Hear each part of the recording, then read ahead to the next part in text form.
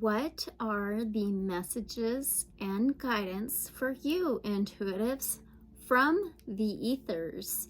I am so excited to do this reading. I've been told to do this reading for a few days now. And today I found some time and something showed up in divine timing for this perfect reading we are going to be doing. We are going to do 3 piles that you can choose from, okay? So whatever pile or piles you feel most drawn to, that or those are the ones for you. All the timestamps are in the description below. If you already know your pile, go straight to that. You can click on that there. And I do have some 999 hertz frequency connecting to the universe music playing in the background that I do know on the rights too, okay? So this is the Aether Creatures Oracle Cards by Teal Swan. So this is brand new. As you might see, there's the slips still on the cards, okay? There are 77 cards, so I am not going to do an unboxing. Not everybody's really interested in unboxings, so I'm just excited to be able to do this and start it out with this deck. It showed a perfect time. So Aether Creatures, okay? So there's that, and I already cleansed them the best I can. I also still have some sage Palo Santo cedar going right now, as well as a chakra incense, okay? Or what is it? The crown chakra incense going, sorry. Anyway, so I'm wishing and hoping you are all doing really well. We are coming up on this Virgo full moon on the 24th. Well, depending on your location, it could be the 24th or the 25th. For me, it's going to be the 24th. And so I'm excited for that. And we are going to get started. So what are the messages and guidance from the ethers for you? Welcome all. Welcome back. Welcome to any new Awakened Intuitives. And I just want to mention that I am now charging for readings. So if you guys are interested in booking a personal reading with me, I am doing that. So you can reach me at my Yahoo email. Comment below. If you want to message me, that's fine. Email me. My email's in the description below. It is awakenedintuitives10@yahoo.com, okay? I'm doing $1 a minute, and the minimum is going to be 20 minutes, okay? So reach out to me if you are interested, and thank you all so much for being here, for all of your likes, your comments, your subscribes, and everything else, all your love and light and connecting with you guys. It's so awesome. So let's get into this, all right? I wanted to show you this. This is a purple Montana agate. We got this today. I got this from this guy that just opened a shop out here, and he gets dinosaur bones, and he's got opals, which I got this as well. This opal pendant, my fiance picked this out for me. I'll have to link some pictures to it. See if you can see some shine in it. Oh, come on. Anyway, I'll link some pictures to it. But this is so gorgeous. This purple Montana agate. My daughter seen that and she picked that out really quickly. So we got a few other things as well, but there's just a couple. All right, so let's go into this now. The morning was fast today. Today's the 22nd, the 222 portal. This is a timeless reading, by the way, but it was super fast all morning, and then when the sun went down, it just slowed way down, way down. The energies are like this, right? And we have those solar flares going as well. So I just think it's really interesting. All right, a lot of energy going on. Okay, so we are going to begin now with pulling our cards. So we're going to do 1 card from this deck for each pile. And we're also going to choose a stone or crystal, okay? So I am going to knock this out. I've already cleansed it and everything.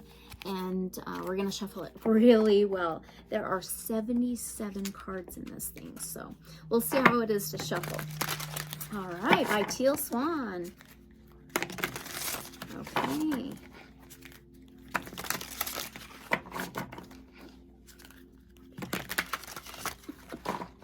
Oh, come on.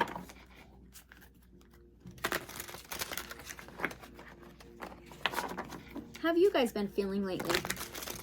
You have to let me know in the comments below. All right. I feel the need to cut this one. I usually don't, but I'm going to with this one.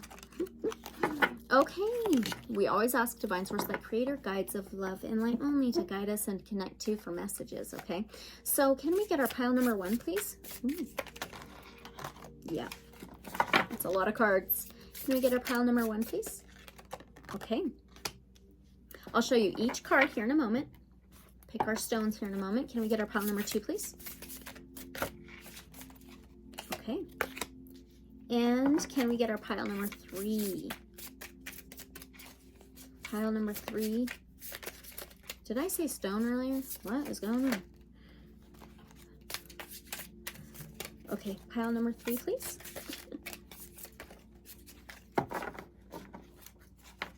Close. They're a good size. There's just a lot of them. Very different to shuffle. Just one card for pile 3, please. That's so funny. So far, I'm loving them.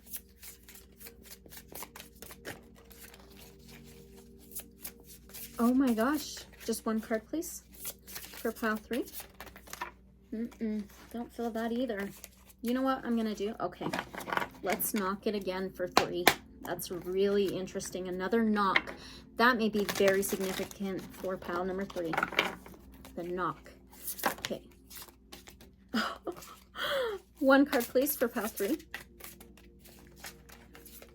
Oh, is that one? Oh my gosh. Thank you. How interesting was that? Okay, so now let's get into the stones. All right, can we get our pile number 1 stone? Okay. Pile number 3 stone, please. And pile number 4. What is going on? 1, 2. Can we get our pile number 3 stone? What the heck? This is so funny. Ooh. All right. For pile number 1 stone, we have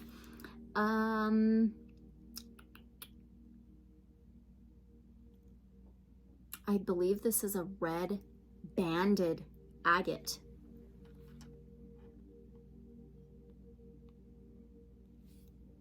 I believe this is a red banded agate. It's gorgeous. Along with card number 23, Tom 10 for pile number 1. Oh, there's a little shine, a little glare for pile number 1. Okay. For pile number 2, we have a shungite or a shungite.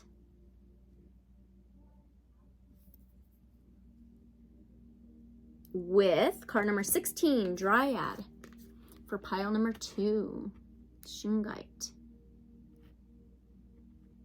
Oh, that glare. There we go. That's a little better, huh? Okay, and last, pile number 3, we have a garnet. So if you get it in the right lighting, you can see that deep purple reds. With card 75, oh boy, this name here, okay. Neelika Hervey. Neelika Hervey with the garnet for pile number 3. Neelika Hervey. Wow, isn't that interesting? Okay, so those are the piles. Like I said, whatever pile or piles you feel most drawn to, that or those are ones for you. And the timestamps are in the description below, okay? So go ahead and click on that and I'll see you at your piles reading.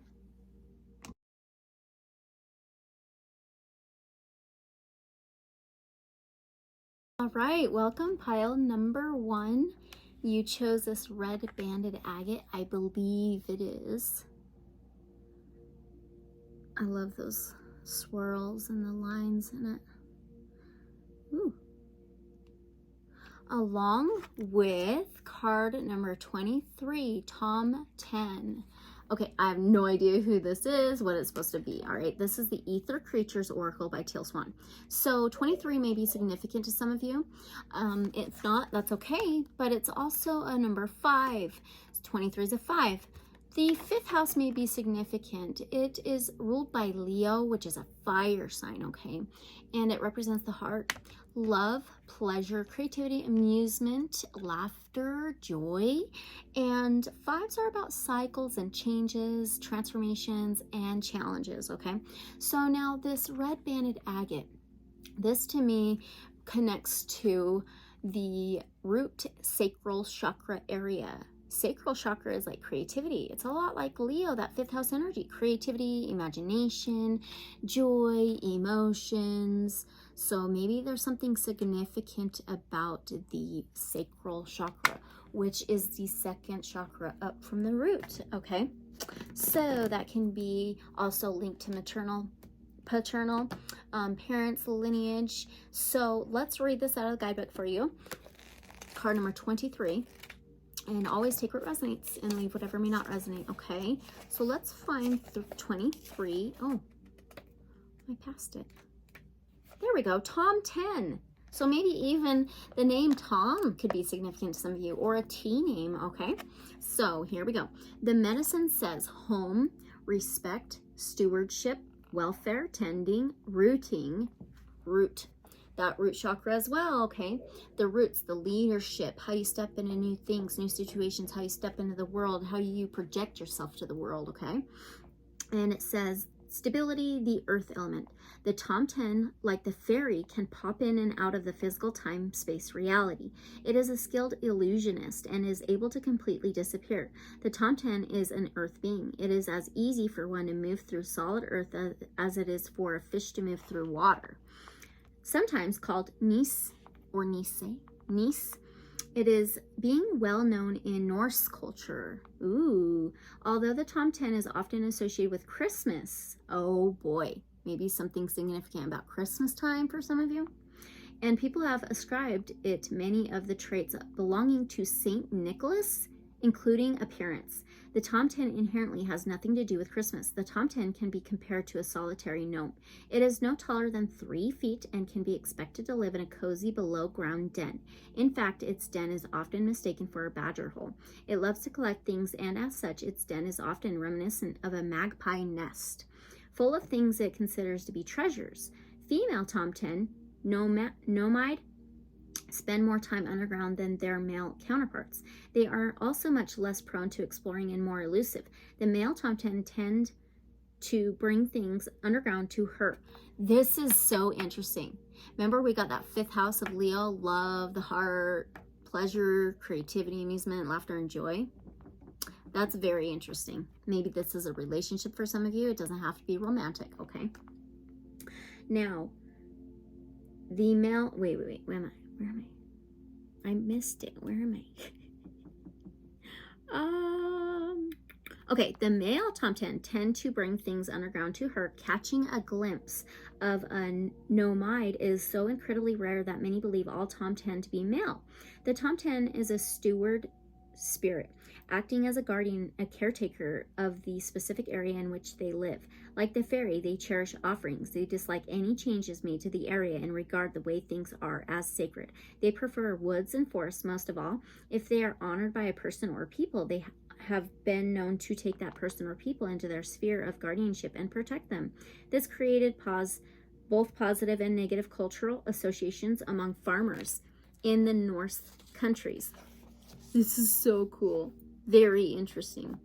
Ooh, it's kind of long. At first, to have a Tom 10 on your property, really you are inside their property, was considered a blessing to those who inhabited the area. The Tom 10 forms special relationships with the life forms in their area, including plants and animals. It is not uncommon for them to form a special relationship with a certain tree or animal on a homestead. For example, they could form a special and secret relationship with a particular cow, goat, or horse. The owner of the homestead would notice the special care as that animal would end up healthier than the others, as if it were being fed in secret. There are old tales that tell of farmers finding mysterious flowers and braids in certain animals' hair. Ooh. In fact, if one did find such a braid, it was considered very dangerous to undo it, as you could risk offending or angering the Tomten. Holy shit. After the Norse cultures began to be Christianized, the Tomten became a source of conflict. Well, there's that 5. Can be challenges, right? Okay. The Tomten was demonized, and if one farmer was doing better than others, he was often accused of having a Tomten on the farm. Such accusations damaged the farmer in much the same way that the accusations of witchcraft did during the Catholic Inquisitions. Nevertheless, finding yourself living in an area that is under the care of a Tomten is in fact a blessing. Just remember that the Tomten value respect and stewardship above all. On the physical level, the Tomten holds a frequency that is beneficial to our bones. The bones. Maybe that's significant for some of you. If the Tomten has appeared to you, you may feel like things are falling apart, that you have no support, or that something is eating away at your foundations, and this tends to reflect in the physical as bone problems. For this reason, the appearance of a Tomten can be taken as a message that you should give some support to your bones. For example, by eating foods that support bone health, engaging in physical activity, or setting aside time to do bone healing meditations. When a Tomten appears, it is also an indication that roots specifically will be quite healing for you. If the Tomten has appeared to you right side up, which it has, yes, it is a sign to check on your welfare. Tomtens love to appear right side up to those who have concern for. They are famous for caretaking injured animals, tending to plants, and viciously protecting the well-being of everything in their territory. Why might the Tomten be concerned for you at this time? What element of your well-being and welfare might be lacking? Just like a deer who is wounded by an arrow but keeps on leaping, or a tree that is bent by the snow that has to keep on growing, simply crooked, or a baby bear who loses his mother and has to try to find food despite not knowing how. It is all too common for us to just keep going when the reality is we aren't okay. The arrival of the Tomten means now is a time to admit to what is not okay about you or about your life. What within or about you needs to be admitted to and tended to. This could be your stability in life, your structure in life, your home life, family life, relationships, possibly. At this time, what are your reasons for having to act like everything is okay, when in reality it isn't? What is your relation to weakness and strength? Once you have the answers to these questions, talk about them, write about them, and prioritize tending to them. You need support. What will it take for you to seek out and allow that support? You have needs, and your welfare is dependent upon those needs being met. What will it take for you to acknowledge those needs and turn toward the people, places, and things where those needs can be met? If the Tomten has appeared to you right side up, his concern for you should serve as a powerful message about what you should have concern for and what should be urgently tended to. All right, so holy cow, this could be feeling like you could be feeling a bit down about where you are in life, or maybe not knowing your stability, not knowing what direction you want to go, not knowing where you stand, right, for some of you, okay? So now we are going to go on to some tarot, and we are actually using the Dungeons and Dragons tarot for you, pile number 1, okay? So let's see what you get. So the first question I have for you, remember this is a timeless reading, okay? But I do feel like for some of you watching this as I post it, if you're watching it before this coming full Virgo moon, it may be very significant for you, because the Virgo rules the 6th house of the body and health and wellness and daily routines, boundaries, organization. Okay, so just if you are watching this just before this Virgo full moon, you may want to be a bit mindful on the health, your health. Maybe there's going to be a realization about your health, you know, and some cleansings going on, or detoxing, or just working on your health a little bit, okay? All right, so now what energy is coming from the ethers for our pile number 1? What energy is coming from the ethers, coming in from the ethers for our pile number 1? Okay, one more.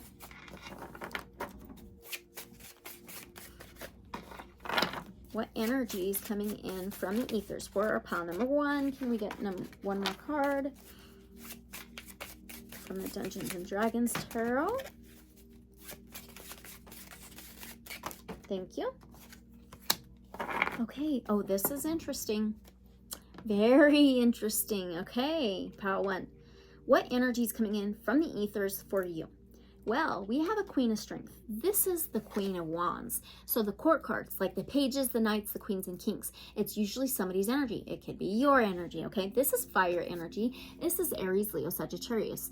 The fire sign may be very significant in your chart, very powerful, very prominent. So maybe you have a moon rising or sun sign in a fire sign for some of you, okay?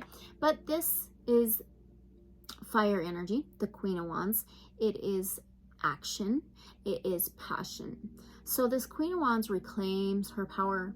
She stands her ground. She's stable. She sets her intentions whenever needed, so she manifests really well. She's a manifester. She reclaims her power. She stands her ground. She's very good with communication. She's very intuitive. She's also goal-oriented. She takes action whenever needed, and she gets recognition. She's like in the spotlight on the stage. She's recognized, okay? She's seen. She lives in her truth, her light, okay? She's not afraid to show herself fully. Okay, now you have a 10 of intelligence. So intelligence is swords. It's air. Aquarius, Gemini, Libra energy. Doesn't this look like a full moon? Doesn't it look like he's holding these flowers, offering it to her? Okay, she's holding a sword, which swords can be about truth, right? And the swords is the mentality, the beliefs, the thoughts, the words, and communication. So 10 of swords can be any kind of backstab, any kind of betrayal type feelings and energies. It can be like any kind of communication hurting you. So like possible arguments happening, miscommunication happening, or somebody said something in some way that made you feel hurt, hurting your heart, hurting your health, making you stress. But this illumination, the 10 is all about a completion. Okay, so remember this full moon, it's a completion, right? The cycles coming and going, okay? It's like that 5. So there's an illumination and an ending to some kind of betrayal, feeling betrayed, feeling stabbed in the back. Those feelings are ending here, okay? And then now you have a 10 of charisma, a 10 of pentacles. So now you have a 10-10. This is a cycle ending and closing for a new one to begin, okay? So the 10 of Pentacles, this is earth energy. Oh my gosh. They're gnomes. They are freaking like gnomes, aren't they? That is wild.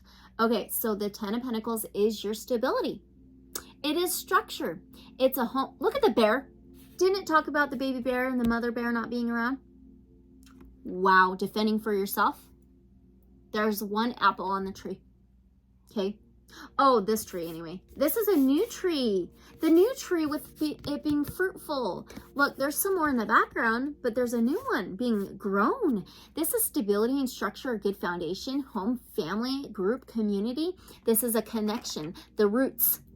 So a cycle that has been hurting you, heavy, low vibrational, any kind of hurt, right? Trauma, betrayals, arguments, anything that you just are not very satisfied with.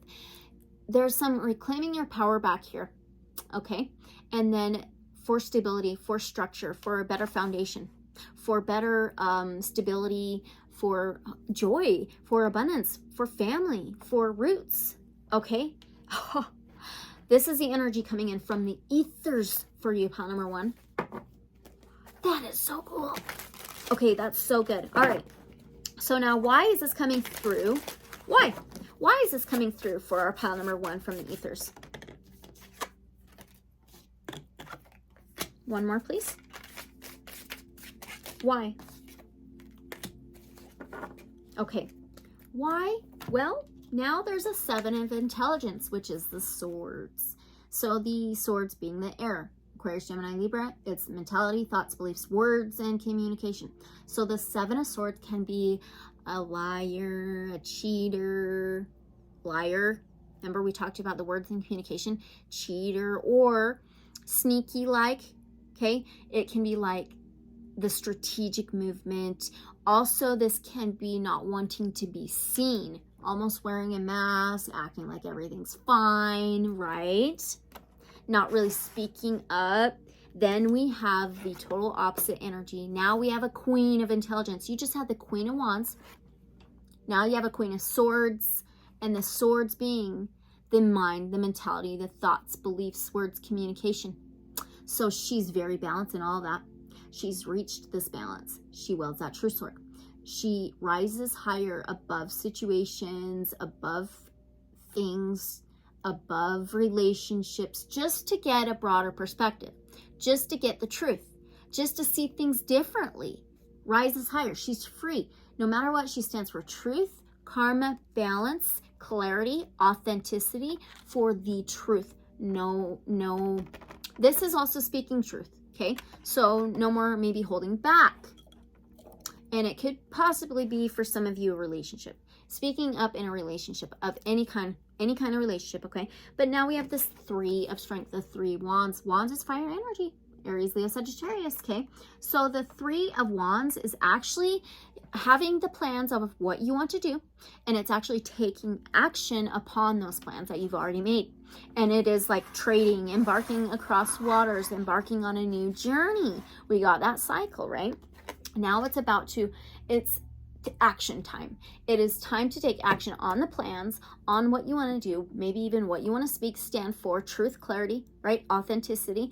And it's embarking across this new journey, across waters, and being free, letting those sails down. And it's like this like domino effect. It also reminds me of like this butterfly effect, this ripple effect, right?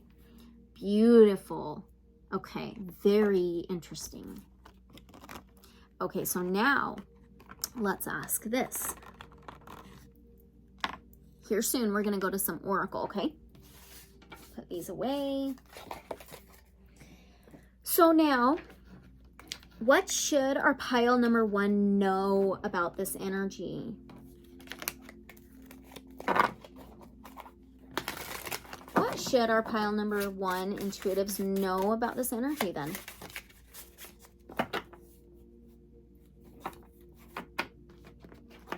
Let's try this one more time. Okay. What should pile number 1 know about this energy then, please? From the ethers? This energy and these messages. 1. Can I get another? Okay. Okay, one more. What should they know? That's one that I did see. Okay. It was totally meant to come out. What you should know about this energy and these messages coming in from the ethers for you. So now we have an Ace of Wisdom. So this is actually cups. Look at the bear. What's up with the bear? Was it hibernation time? Like not being seen, not speaking up for some of you? Some kind of hibernation? Okay, you'll have to let me know if you have a bear totem or animal spirit or something similar. So now, the Ace of Cups. This is actually related to the heart. Cups is feelings and emotions and love, the heart chakra. So that 5th house energy of love, the heart, okay? It could be heart health too for some of you, all right? So now this is an ace, which is a new beginning. You got those 2 10s, and the 5s are about those cycles and changes. Now this new beginning with love, with emotions and feelings. It can be intuition. It can be a new relationship, okay? Or a new beginning in how you feel. A new beginning in love, your heart healing, okay? So there's that. And then now you have an 8 of Intelligence, the 8 of Swords. This is anything that keeps you locked in your mind, tied up in the mind, keeps you like in jail, behind bars in the mind. And it's like not really seeing full truth and the full reality of things. Okay, this is mental imprisonment. So now you have the Hierophant. This is a major arcana. Okay, so major arcanas hold a lot of energy, which is life-changing. And the Hierophant is a number 5 of the major arcanas. So maybe some of you are seeing a lot of 5s. Remember, 5s is changes, transformations, and challenges. The 5th house in astrology, ruled by Leo, fire sign. It's the heart, love, pleasure, creativity, amusement. But this card, being number 5, this is actually ruled by Taurus, which is an earth sign. And Taurus rules that 2nd house of anything earthly. We were talking about earth energy in the den, the gnomes in the den, the bear, holy crap, and the roots, right? Earth energy, stability. This can be material things, financial things, but the Hierophant is actually receiving this knowledge, and I believe this is from the Aethers, okay? This is keys, information, books, knowledge, wisdom. You just got the Ace of Wisdom there. So, this can be marriage contracts. This can be conformity, rules, establishments. This can be an awakening and enlightenment. We did get that illumination energy. And as above, so below connection. The physical and the spiritual aligning, being balanced out, okay? So what you should know about this energy, there's a new beginning coming. And I feel like you're going to be given some knowledge, some wisdom. You're able to tap into this, like it's like the keys to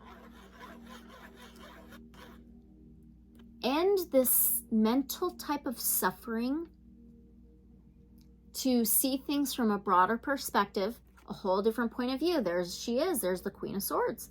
Rises higher, is free, stands for truth and justice, and there's some heart healing, possibly a new relationship for some of you, new feelings and emotions, new balance in self-love and unconditional love, seeing the truth within yourself, okay? Coming out of hibernation, being tied up and locked up, that is so interesting. So, very connected with words, communication, or thoughts, the mentality and the beliefs. Okay. That's what you should know about this. So now we are going to go on to some oracle, and we're going to first do the Wild Mystic Oracle, okay?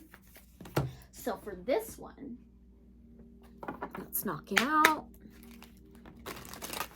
All right, Divine Source Light Creator, Guides of Love and Light Only. So how can our pile number 1 best interpret this message from the Aethers? How can they best interpret these messages from the Aethers, please? Ooh, that's so funny. So that card hit this right here. You probably heard it. This is called a dragon septarian egg. Okay. And if you get a black light, these black darker lines light up like lightning bolts, by the way. Illumination. And check out what card came out. I can't wait to show you. Dragonfly, and it says joy. What did you get this whole reading? 5th house of love, pleasure, creativity, amusement, joy, laughter. It's also fortitude and perseverance, that 5th house energy of Leo, fire energy.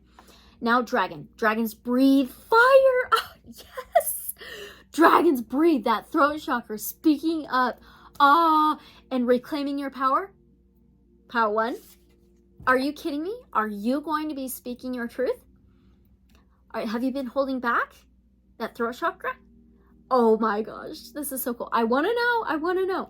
Okay, so how can you best interpret these messages? I think that was a big part of it right there. Dragons, breathing fire, reclaiming your fire, your torch, standing your ground, speaking up, standing for truth, the dragonfly, and the egg. Egg is new life, like the Ace of Cups. The dragonfly, metamorphosis, transformation, and changes, right? Growth. Oh, yes. Okay, let's find the dragonfly. How can you best interpret these messages from the Aethers? This is so fun. You're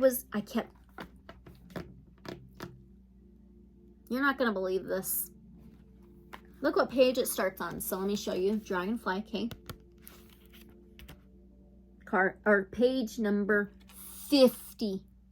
Reduce 50 to a 5. Cycles, changes, transformations, challenges. It can be challenging, right? when we're going through these changes and growths and cycles. It's like birthing pains for you or something.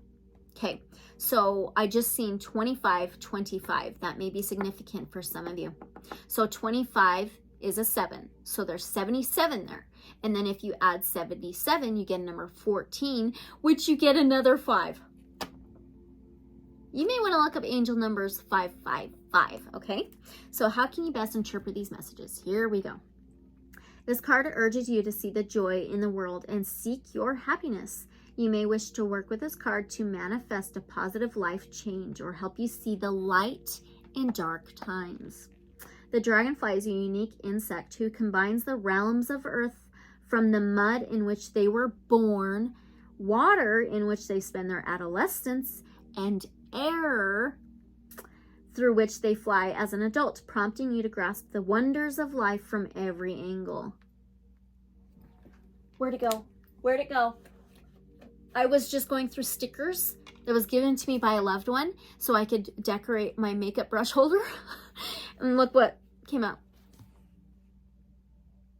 And I left it right here for some reason. The trees, the mountain, climbing the mountain, right? Reminds me of the bear and the forest, like the gnomes and the stars. Oh, wonder. Oh, what? That is amazing. Okay. Okay. The wonders of life from every angle, right? Different perspectives, different points of view. After spending much of their lives under the water in nymph form, emerging dragonflies take flight in their relatively short adult lives. This card serves as a message to find pleasure in everyday life and live for the moment. In Japan, dragonflies are considering bringers of luck and fortune, as well as symbols of victory and happiness. Absolutely. This card encourages you to give joy and be open to receiving joy, happiness in your life. Element: air, water, earth. The flora: chrysanthemum, marigold, calamint, calendine, oregano. Stones are carnelian. I wonder if this could be carnelian. We're gonna have to double check on that. I think it's red banded agate, but that's close to a carnelian. Okay, and it says chalcedony, dioptase, ruby, and sunstone. Spellwork: to promote happiness, celebration of life, luck, and prosperity, magic, attracting joyous events. And it ends on 51, which we did get that 6th house of Virgo, okay, which represents the health, the body, the wellness, daily routines, boundaries, organization. Okay, so it's very important for your health. It seems to find joy and happiness, right? Of course it is. You know? Okay, so that sacral chakra, very interesting. So this emergence from that root to the sacral, emerging. All right, this is the best way you can interpret these messages. Now we're going to move on to another oracle. And this one, we're going to do the Magical Dimensions Oracle. Maybe no surprise to some of you who watch me all the time. I love these decks. So, from the Magical Dimensions Oracle. So what is the guidance? What is the guidance from the ethers moving forward for our pile number 1? Moving forward, what is the guidance for our pile number 1 from the ethers? Thank you so much. Okay, here we go. Beautiful. Oh my gosh. Okay, you got a card 26. 26 is also an 8. So 8 may be significant to some of you as well. 2024 is the number 8. That's that infinity symbol, which is like the as above, so below, like the Hierophant card. Okay, there's some revelations happening, some kind of awakening happening. There's the sun or moon behind her revealing, and it says liberation. The emergence. Okay, it says power, victory, and attainment. This said victory. This is victory. You got 2 queens. You got that 10 of pentacles, that 10 of charisma. Ooh, that is great. Okay, so what is the guidance moving forward from the ethers for you? Pile number 1. Power, liberation, attainment. The image is connected with rainbow white color ray. The original artwork title is Empowerment. The liberation resonates to that of complete realization of inner empowerment. your inner light, your inner power, your inner courage, your inner strength, your inner bear, you know, coming out. Okay. This sacred ray represents total harmony, fulfillment, power, and the ultimate joy of communion with one soul and its purpose. It fully embodies all elements fusing together in a divine mosaic. This uplifting ray motivates a forward momentum of initiation frequencies to unfold an eventual arrival to self-attainment. No one can truly take your power unless you allow it. What was that, Queen of Wands, again? Reclaiming your power back. Okay. So if you've experienced powerlessness, Spirit is asking you to remember who you are and reclaim your power. Step up to your true potential, and in your current situation, take the initiative. Be assertive, but also be loving. It's time for you to be free and be empowered. This may be your time to celebrate your achievements in life or release from those things that are no longer serving you. Bam. There you go. Now the companion crystals is opal and rainbow fluorite. I don't know if you watched, but earlier I was showing the opal that I bought today. Where'd it go? Right here. I want you to see the sparkles and shimmer. Oh my gosh. Focus, you sucker.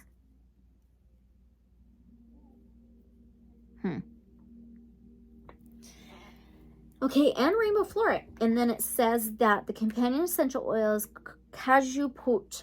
Cajuput? Never heard of it. Okay. Keep persevering. Reclaim your power. Step into your power. Step into your light. Stand up for yourself, right? Oh my gosh. Perfect. Liberation, attainment, power. Yes. Okay, now we're going to do your last message. And this is another new one. Okay. This one is the Blue Messiah reading cards, transformational cards for the soul by Nari Anastasia. Okay. So fun. So I haven't opened it, looked at the cards or anything yet. So we're going to do it together. And like I'm not going to do an unboxing. This is going to be it. So, all right. Oh, look at that. Oh my God. Oh my gosh. All right. So fun. Okay. This joy. I feel this joy. Okay. So let's light the sage one more time. I've already cleansed it, but yeah, I haven't seen any of the cards or anything yet. Let's get your last message from the Blue Messiah. Blue. Well, the blue, oh, take the sleeve off. The Blue Messiah, oh, hello. The blue is like throat chakra, speaking truth, authenticity. Okay, speaking up. That Blue Messiah, really? All those arms, it's like a lot of opportunities, capable of a lot of things. It can be also multitasking, right? Ooh, I'm so excited. Okay, how fun. Let's see what you get. Ooh, these are so nice. These like mold together, but not in a bad way. Ooh, these feel so good. Oh my gosh, how fun. Okay. All right, pile one, thank you for bearing with me, okay? Let's get our pile number one's last message. What is it from the Blue Messiah? Along with Aethers messages and guidance for our pile number one, please. They're a little big, but I like them. They're really nice to shuffle. They're good cardstock too. Both of these decks are great books, great cardstocks, great images, great colors. Beautiful. Both of the backs are blue. Actually, the Aether Creatures is blue. The Magical Dimensions has a lot of blue. The Tarot is black and gold on the back, and this Wild Mystic is black and gold. So, I don't know. Really interesting. What'd you get? What'd you get? What'd you get? Oh, a lot of blue. You have a card number 15, okay? So, 15 may be significant to some of you, but 15 is also a number 6. 6 can be the divine embodiment of love, okay? And the 6th house being ruled by Virgo in our sign, the body, health, wellness, daily routines, boundaries, organization, type of like work life. So it says inner vision. That's also like third eye, intuition, clear seeing, clarity, which is like truth, right? This is so cool. It's like this blue bird. The eyes are just glowing. Oh, I can't wait to read this. Here we go. Last message from the Blue Messiah Oracle for you, pile number 1. Okay. Your visions will become clearer only when you look into your heart. Who looks inside awakens, by Carl Jung. Awakens, emerging. This revelation coming to light. Okay. This oracle encourages your limitless abilities as a seer. The stronger your connection to source, the greater your ability to utilize your gifts. Dear one, it is your natural state to be psychic, so trust your inner vision and heart's compass. Facilitating a clearer connection to source removes barriers within you that limit the flow of love. Like that 3 wands, which is embarking across waters, that domino effect, that butterfly effect. Sheesh. And it's freedom, right? Oh, this is amazing. So it's like compass, trusting where you're being led. Facilitating a clear connection to source removes barriers within you that limit the flow of love, inspiration, and guidance. If your beliefs limit your infinite potential in any way, dear one, look deeper and understand that there is no fear in love. Don't look away. Be present in what you're being shown, right? This is beautiful. True love gives you wings. Freedom to explore the deeper realms within you and does not in any way limit you, your true expansive nature. As fast-paced as the world can be with all its illusionary distractions, it is vital that you take time to connect to the light of pure love within you. In this place of stillness, you will connect to source. Your energy will be replenished and wisdom will be yours. Wisdom will flow through you as visions, insights, and telepathic guidance like the Hierophant. Yes. Okay.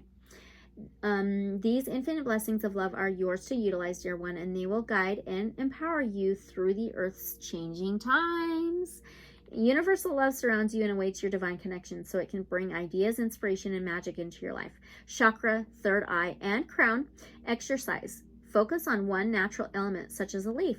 Staying present, notice the intricacy of that leaf, while allowing unconditional love, gratitude, and awe to fill your entire being. Joy as well. Affirmation says, I am connected to the source of light and see the world through the eyes of love. It's perfect. All right.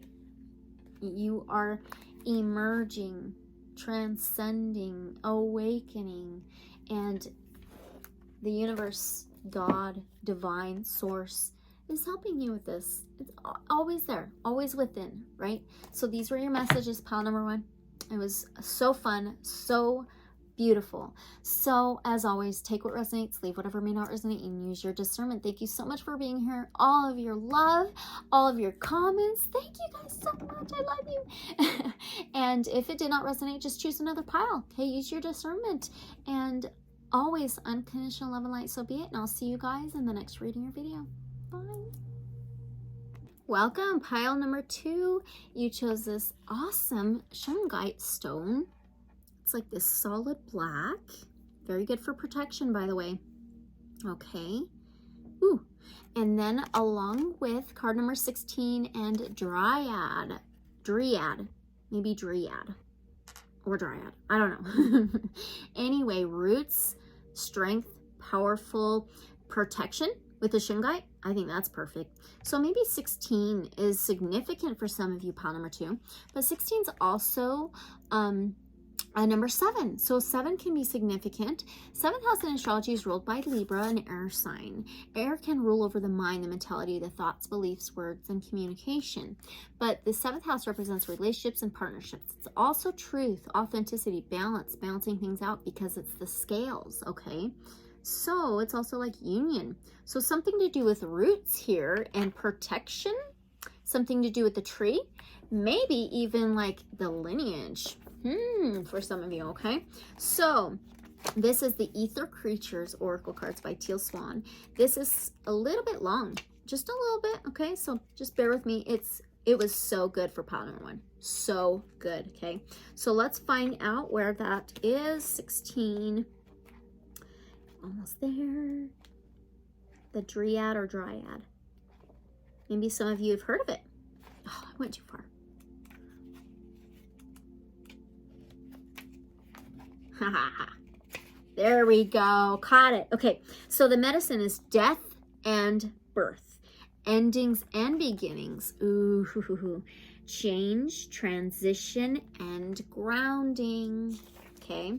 The Dryad is a nature spirit. It is a consciousness that inhabits the embodiment of trees. And when it does so, the tree no longer simply has a plant consciousness. Instead, it will feel more conscious and potentially more human to you. It will also feel as if the tree is watching you. When a Dryad has possessed a tree, it can stay with that tree as long as the tree is alive. For this reason, some Dryads are thousands of years old. Also, when a Dryad inhabits the embodiment of a tree, that tree is then more able to communicate with animal life. Ooh, I love that. Some have even possessed the capacity for language. This is where the mythology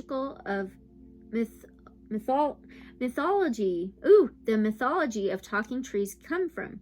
The Dryad have become a part of spiritual belief the world over. Okay. One such Dryad, here we go. Paniviriyaman, was so well known in Tamil culture that she was mistaken for a deity. Another Naintani interacted so often with people that she made her way into Thai legend, and in the Green Man has become a name many cultures have ascribed to male Dryads. Whoa. Okay, if the Dryad has appeared to you right side up, which it has, it is a sign of death and rebirth. Keep in mind that death is not merely about life itself ending, but about all sorts of endings and beginnings. It is about the rebirth, transformation, and change. Dryads love to come to those who are on the brink of a huge life change. The Dryad knows that there is a beauty in death, because without it, there is no new life. There are no new beginnings. The Dryad also reminds you that when you go to sleep each night, you are dying to be reborn each morning. Wow. In fact, each moment can be thought of as an ending and a beginning. If the Dryad comes to you right side up, this may be the end of a major cycle, chapter, phase, or part of your life. You must close one door to open another one and put things behind you in order to step into the new opportunities that will absolutely present themselves at this time. You are entering a phase of transition. It is important to know that your suffering or lack thereof during this transition is directly related to your resistance to these necessary endings and beginnings. The most important thing to do in the current situation is to imagine new possibilities, to welcome change rather than the status quo. Now is not the time to try to go back to the way things were. It is important to know that Dryads often appear in a person's life when there has been or will be a sudden or unexpected change. The unexpected may at times come in a way that appears unwanted and even painful. This did remind me, the 16, remind me of the major arcana in the tarot, the Tower card, which would be fire energy, which is a crumbling of a faulty foundation, unexpected changes, kind of like upheavals, necessary endings for new beginnings. Okay. All right. It's like a surprise. Okay. So now, but the unexpected is often what alters the course of destiny in the ways that are ultimately the most life enriching. It will be a change that is so in alignment with destiny that you cannot escape its path. For this reason, as hard as it is, welcome this change. Let go of the attachments that are making it hard to step into a life that is full of depth, meaning, and experience. The Dryad teaches you to let go of outgrown ways of life, ways of thinking, behavior, things, places, people, etc., so as to step into the new. Oh my gosh. Perfect. A lot of protection, a lot of grounding. Maybe trees are very significant to some of you. Maybe there's this one specific tree that you look at every day out your window or something, you know? Wow. Okay, that's super cool.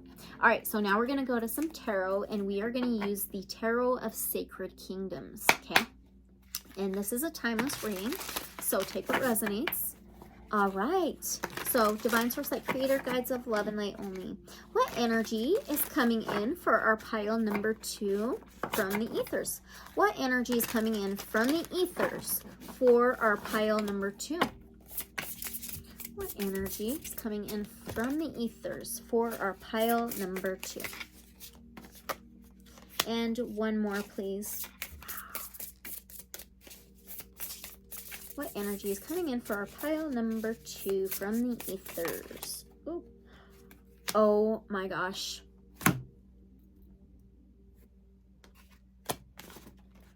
All right, get ready.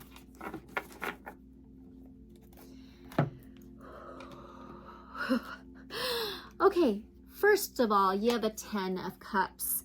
Cups energy, okay? This is like water, Cancer, Pisces, Scorpio. So those signs may be in your chart very significantly somewhere. Doesn't have to be. But the 10 of Cups is absolute happiness and joy, family, group, stability, structure, a completion, comfort, satisfaction. Okay. Then you have Strength, a major arcana. Some of you may have came from pile number 1. Or may want to go check out pile number 1. But this Strength card being a major arcana. Major arcanas hold a lot of energy, which is life-changing energies. This is the number 8 of the major arcanas. 8 may be significant, okay? This Strength card is ruled by Leo. The 8th house in astrology is ruled by Scorpio, water sign. The 8th house represents death, rebirth, changes, transformation, endings, and new beginnings, okay? Cycles. So Strength, though, being Leo energy, the Lion, this is fortitude, perseverance, creativity, imagination, your inner strength, taming any obstacles and beasts, taming the beast, taming obstacles, working around obstacles, persevering around obstacles and challenges, okay? Leo rules the 5th house of the love, heart, pleasure, creativity, amusement, joy, laughter. Now, you have the Phoenix. This is another major arcana that was added in this tarot. The Rising Phoenix. Are you kidding me? To be reborn from the ashes. This joy and happiness and abundance, this is all for your highest good. Alignment, comfort, satisfaction, stability, structure. Your inner strength pulling you forward, pushing you forward, keeping you going. Your inner strength, your courage, your passion, your creativity, your perseverance through this death, rebirth, this rising phoenix. You are rising, awakening, transcending, emerging, rising from the ashes, difficulties, persevering forward, strength. This is all for your growth and you gaining strength and opportunities. Beautiful. That's amazing. Okay. All right. So that's the energy coming in from the Aethers for you, pile number 2. So now why is this coming through to our pile number 2 from the Aethers? Why is it coming through now to our pile number 2 from the Aethers? Ooh. Okay. Why is this coming through to our pile number 2 from the Aethers? No, I'm just kidding. Am I? I don't know. One more, please. Yeah, exactly. Oh boy. Why? First of all, you have a 4 of Wands. Okay, Wands is fire energy. Aries, Leo, Sagittarius. Okay, fire with the Leo strength, fire with the Phoenix. 4 of Wands. This is home, family, structure, stability, a foundation. Also a celebration, dancing. But this is a stability, a structure, a home. With the 10 of Cups, are you freaking kidding me? A better, stronger foundation. Ooh, ooh. Now, a Page of Wands. Wands again, fire energy, Aries, Leo, Sagittarius. Pages can be younger energies, but it's always something new. and offer a message and an opportunity. And this is intentions, manifestations, imagination, creativity, goal-oriented. This is excitement. This is with joy, inner fire, passion, fortitude. Okay, something new and offer a message, opportunity. About to step through. Okay, now you have another wands, 8 of wands, because this is happening very fast. This is coming in for you very fast, on fire. Okay, and the 8 of wands can be that 8 again, really interesting, right? The 8 of wands can be very, very fast, sudden, swift, very quick movement, coming in hot. This is happening fast, on fire. Okay, this is why. Woo! Okay, so now what should our pile number 2 know about this energy? What should our pile number 2 know about this energy?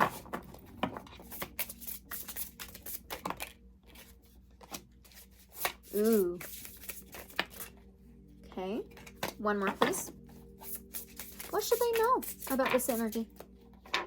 Oh, jeez. Wow. Okay. All right. So now you have the Hermit, another major arcana.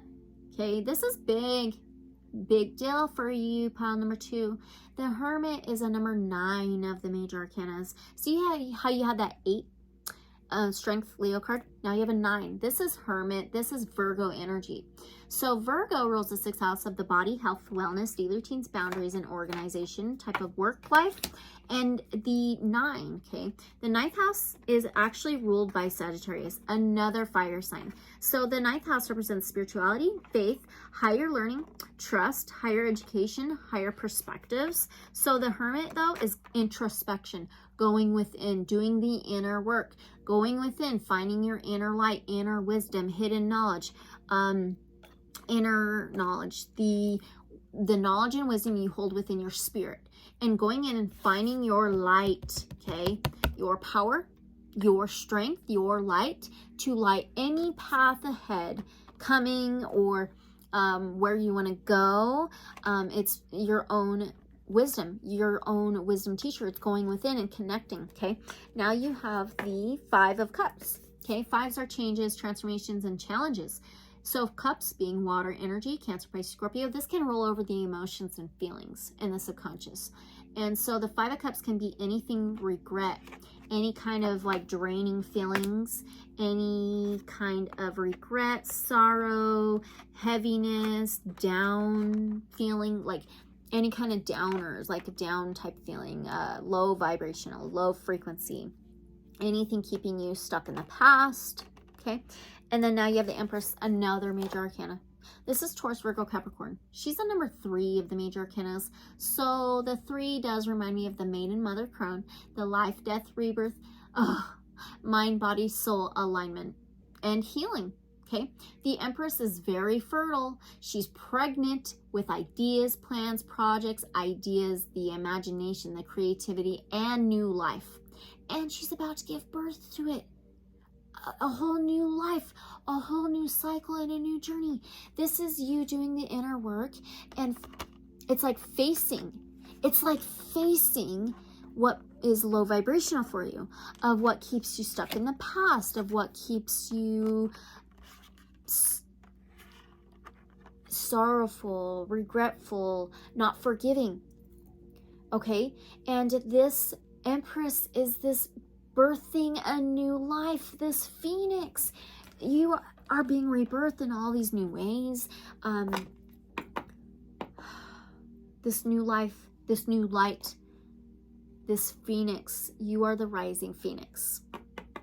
This is what you need to know about this. So doing inner work and introspection takes a lot of guts, because we face a lot of the things we're not proud of what we've done, or situations or past relationships, past emotions and feelings that, you know, we were like, oh, I don't want to feel that again, you know.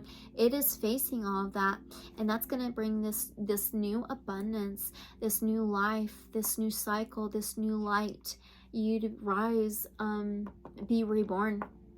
Okay, and it's all for better stability, better structure, better foundation. Okay, and it's also celebrating new life, right? This celebration of new life, a new journey, a new cycle. Yay. Yay. Okay. All right. So new happiness and all that. All right. So now we're going to do an oracle, and we are going to do the Wild Mystic Oracle first. Okay. Let's do that. This is beautiful. Okay. So for our pile number 2, how can we best interpret this message from the ethers? For our pile number 2, how can they best interpret these messages and guidance from the ethers? Okay, let's just get one here. How can they best interpret these messages from the ethers, please?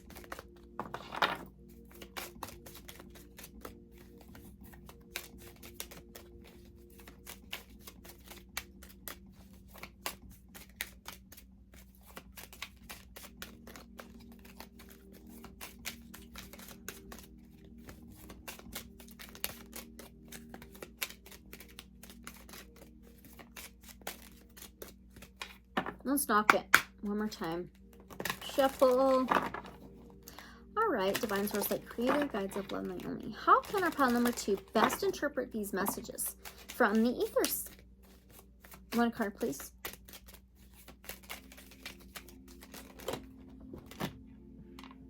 Man.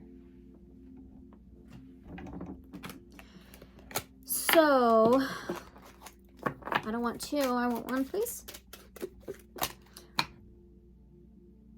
I guess it's 2. 3 times. Every time a card came out, it came with 2. So we're doing it. Okay, pile number 2. Oh my gosh. This is nuts.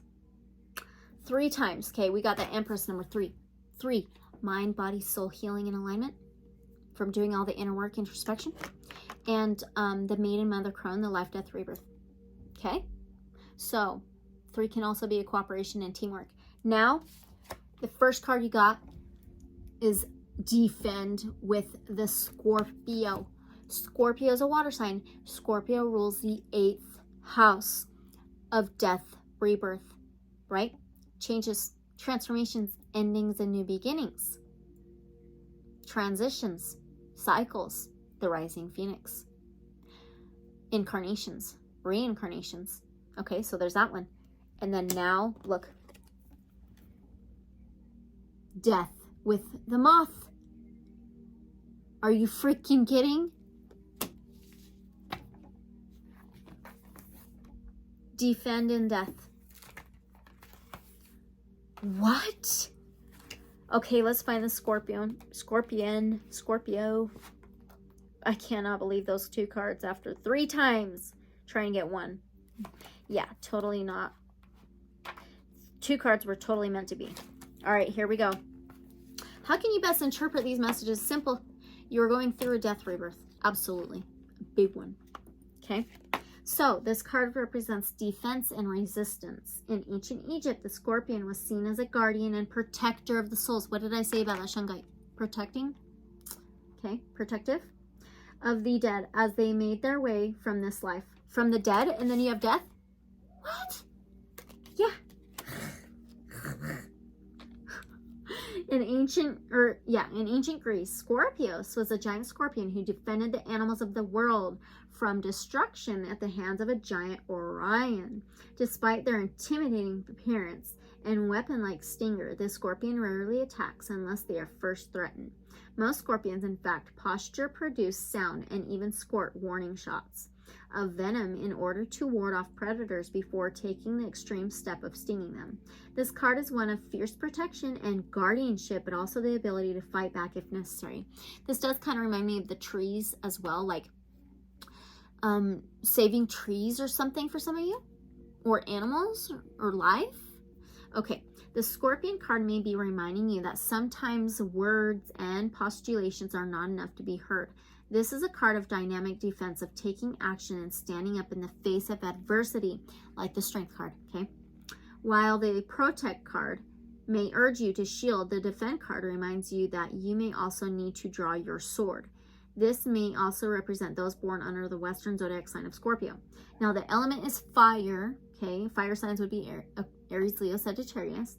The flora is amaranth, angelica, birch, chrysanthemum, which pile number 1 got as well, gorse, and sandalwood. Stones are pyrolusite, fire opal, sardonyx, and fire agate. Spellwork, banishing magic, reversing hexes. That could be related to that 5 of Cups. 5 of Cups can also be like portals, a vortex, draining, okay? Revealing injustice or bad behavior, and protective spell work. Okay, I cannot wait to read this other one. The Moth with the Death. This is pretty interesting. Okay, let's find Moth. How can you best interpret these messages? Sheesh. Here we go. All right. The word death may at first cause you discomfort, but in the natural world, death is an essential part of rebirth, new growth, and sustaining life. While you may choose to view this card as a representation of physical death, understand that it also signifies symbolic death. This card may mean the end of a journey, the end of a relationship, or the end of an attachment. It may also represent the end of one path and movement on to the next. While the moth is known as a creature of shadow and night, we must remember that it is always seeking out the light. Like the freaking hermit, going in, doing that inner introspection, inner work to find your inner light, okay? All right. Leaves may fall. Wait a minute. This also talked about leaves on the tree, right? Looking at the tree leaves. Leaves may fall and rot into the earth, but their decay feeds new growth. This card may symbolize hope and happiness in the face of life-changing events or endings, or a new beginning after a life-changing event. Exactly. Remember talking about that Tower card, number 16? That's a necessary ending, upheaval, change, transformation. It's also like huge cycle ending for a new beginning, the crumbling of a faulty foundation for a better one. So the Moth card may be urging you to let go of old thoughts, traumas, and anxieties that stagnate your mind, or to cut bad habits from your life that may be holding you back from real change. Element is air, spirit. Flora is alder, blueberry, cypress, elder, willow. Now the stones are chiastolite, amethyst, hyalite, and the spell work is Samhain ritual, funeral, blessings, ancestor work, speaking to those beyond the veil, blessing a new beginning after a big life change, and dealing with grief. Okay. So yeah, maybe some of you are grieving, okay? And some of you may be working with your ancestors. We did get the tree, the roots, the lineage. We also kind of got like past life things going on here, right? Oh my gosh. That was totally meant to be. Okay, so now we're going to do another oracle. So that is how you can best interpret the messages from the ethers. Now for this one, we of course are going to do the Magical Dimensions oracle. Some of you who watch me a lot may not be surprised. Okay, so Divine Source Light Creator, Guides of Love and Light Only, what is the guidance from the ethers moving forward for our pile number 2? So what is the guidance moving forward from the ethers for our pile number 2? Card number 6, and it says challenge. It says blocks, fears, and betrayal. Okay? Yeah, some of you may be very connected to pile number 1. You may want to check it out. All right, so the 6 may be significant. 6th house in astrology is ruled by Virgo, which rules this Hermit card. Virgo, the 6th house. Virgo is an earth sign. The 6th house is the body, health, wellness, daily routines, boundaries, organization. So doing the inner work, introspection. And I feel like with that 5 of Cups, anything keeping you drained, and it can be physically, okay? Stress, anxieties, right? Okay. Now challenges, blocks, fears, and betrayal. So what is the guidance from the ethers moving forward? All right, and this is on page 45. 45 is a 9. Ninth house is ruled by Sagittarius, a fire sign. It's faith, trust, spirituality, higher learning, higher perspectives, higher education. So the original artwork title is Frozen. That's interesting. Okay, so now the image is connected with icy blue colorway. Challenges resonates to freedom from fears, negativity, and blockages. Residing in a denser dimension can cause a lower self to succumb to fear-based emotions. 5 of Cups. Okay. This clearing and transmutational ray assists the self in breaking free from uncertainty, negative thoughts, isolation. The hermit isolation. Okay. Ooh. And all emotions preventing the soul from progressing forward. What is the guidance from the ethers moving forward for you, pile number 2? Emotional blockages and powerlessness are vanquished by this potent ray. And a once cold and challenging existence is now replaced with light and faith in the power of divine intervention. If you're feeling blocked, afraid, or stuck, assistance is on the way. So hold on and don't succumb to negative thinking. Leo energy, fortitude, persevering, okay? Now, even when you feel trapped or stifled, there's always light surrounding your situation. Be aware at this time. Someone in your life may be holding you back from your greatest good. Now, companion crystals, Iceland spa, lapis lazuli, and companion essential oil is black pepper. And you got shungite. What? Ooh, very interesting. Okay. Keep persevering because you're gonna see this new birth, this new cycle, this light, you know. Oh my gosh, that is amazing. All right, so we are gonna now do your last message, pile number 2, and we are going to use the new Blue Messiah Oracle cards by Nari Anastasia. Okay, brand new. Oh, it is so cool. I love it. All right, so from the Blue Messiah, Divine Source Light Creator, Guides of Love and Light Only. So what is the last message for our pile number 2 from the Blue Messiah Oracle? What is the last message from the Blue Messiah Oracle for pile number 2 from the Ethers?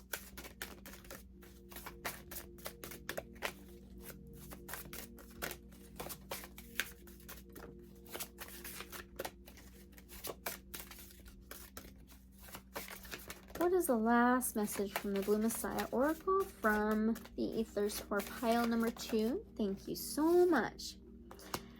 Oh my gosh, are you kidding me? Oh, here we go. It's a card number 22. Okay, your pile number 2. Maybe you're seeing a lot of 2s. Second house in astrology is ruled by Taurus, another earth sign. And it represents the earthly reality, the life here now, the 3D, tangible material, plants, animals, the 3D plane. Okay, and 22 adds up to number 4. So the 4th house in astrology is ruled by Cancer, water sign. Cancer, those hermit crabs. Interesting. Maybe that could be in your chart very significantly. Anyway, the 4th house represents home, family, structure, stability, solid foundation, celebration, dancing. Okay, so, and it also says planetary shifts. Wow. And it's really interesting because there's a green and a yellow, and that reminds me of the solar plexus chakra and the heart chakra here. Okay, solar plexus is your center, your light, right? Your center, your emotions, your joy, creativity. And then the heart is love, self-love, unconditional love, healing, planetary shifts. Ooh, I can't wait to read this for you. Last message for you, pile number 2 from the Blue Messiah Oracle. You want to know what page it's on? It's on page 53. 53 could be significant, but what is 53? It's a number 8. 8th house. 2024 is the number 8. 8 is also the infinity symbol, the connection of the internal outward, and the spiritual, the physical. The 8th house is ruled by Scorpio, a water sign. 8th house, death, rebirth, changes, transformation, endings, and new beginnings. Okay, it may be very challenging at first. Okay, all right. So, ooh, this is cool. So this part says, when the power of love overcomes the love of power, the world will know peace. That is said by Jimi Hendrix. So maybe that's significant for some of you. Okay. It says, we are living in a transitional world where there are many uncertainties. Time is speeding up and many people are sensing great shifts in Mother Earth's vibrational frequencies. This card serves as a guide to assist you through the changes within your energy body as Gaia moves through her own spiritual evolution. As the paradigms of the old world pass and the beginnings of the new world emerges, the clash between the planetary mind and heart can be felt. Resistance to move forward and merge with the peace and harmony of the heart can bring forth fear and controlling forces that create disharmony and the lure of illusionary distractions that target the mind. Dear one, just as Mother Earth makes her transitional journey into the heart, so too do you move through these changes. If your mind is distracting you from moving forward with your heart, it is time to make a choice. Heart or mind. That's exactly what's going on. People are having to choose. Is it going to be the mind with the fear and the ego, or is it going to be the heart and love and light and truth, right? Wow. There will come a time when both your mind and heart will coexist and work together as one. However, to get there, one must first surrender in entirety to the inner stirrings of the heart.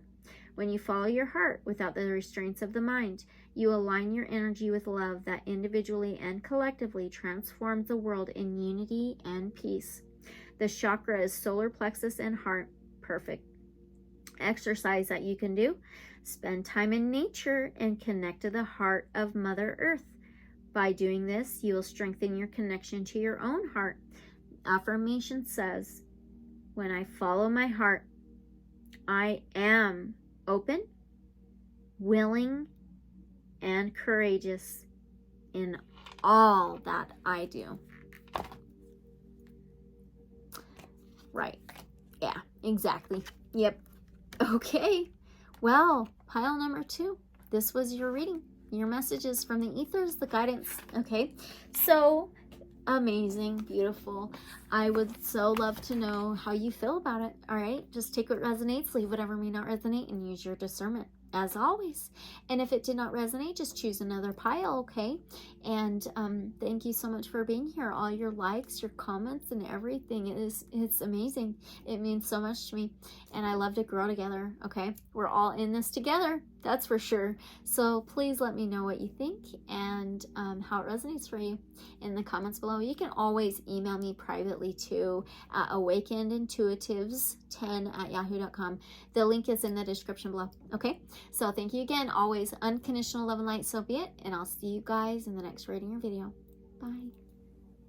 All right. Welcome, pile number 3. You chose this really beautiful garnet piece. This is actually the birthstone for January babies. So maybe that's significant for some of you. Maybe January was significant in some way. Maybe it was a time of a lot of reflection, inner work, maybe some challenges, cycles, or something.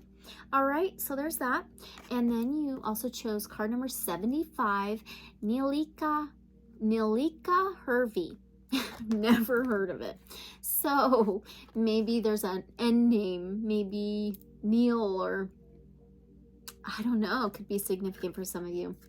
But 75 may be significant to some of you, okay? So the garnet and 75, Nilika Hervey. Look at that creature. Isn't that very interesting? Different, right? This is the Ether Creatures Oracle by Teal Swan. So 12. So 7 and 5 is a 12. The 12th house in astrology is ruled by Pisces and connected to the moon. It's like the subconscious, the dreams, the unknown, unseen, hidden. And 12 is also reduced to 3. I just seen 111. You won't see that though. But you may be seeing 111, 3s, or 12s. I don't know.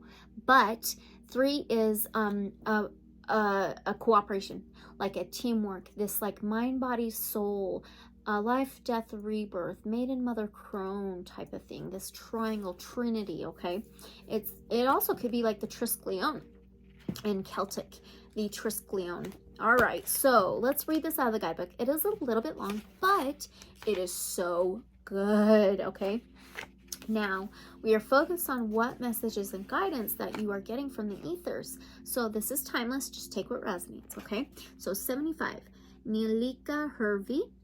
The medicine is conflict avoidance, accord, harmony, affability, abundance, wealth, and prosperity. Nilika Hervey is a being that has nearly been forgotten by the human race. It was well known among pagans in the area of Earth that was once called Karelia. The Nilika Hervey is a species that most people would agree looks a bit like a hybrid between a pig and a forest reindeer. It is pink-red in color, almost like the garnet. Okay, in coloring, and is of a similar size to a Svalbard reindeer. That reminds me of something like with Christmas. We were talking about January, maybe something after Christmas for some of you, this past one. Okay, you'll have to let me know. All right, the Nilika Hervey exist on the non-physical plains of the forests across Europe, Scandinavia, and Russia. They go dormant during the winter season on Earth. In fact, seeing them again after the winter is a sign that spring has returned. Wow. Okay. Despite what its impressive antlers might suggest, the Nilika Hervey abhors conflict. It is an easygoing species. It does not become easily aggravated, anxious, angered, or go on the attack. Instead, it chooses to enjoy life in a relaxed way. It also has what the average human would consider to be incredible eyesight. On top of seeing things like ultraviolet light, what? Crown chakra? It can adjust its eyes in order to magnify things. Ooh, what? And is able to see multiple dimensions, including the physical dimension. This means that while you may not see them, if you wander into a forest with the Nilika Hervey, you can be sure that they see you. Wow.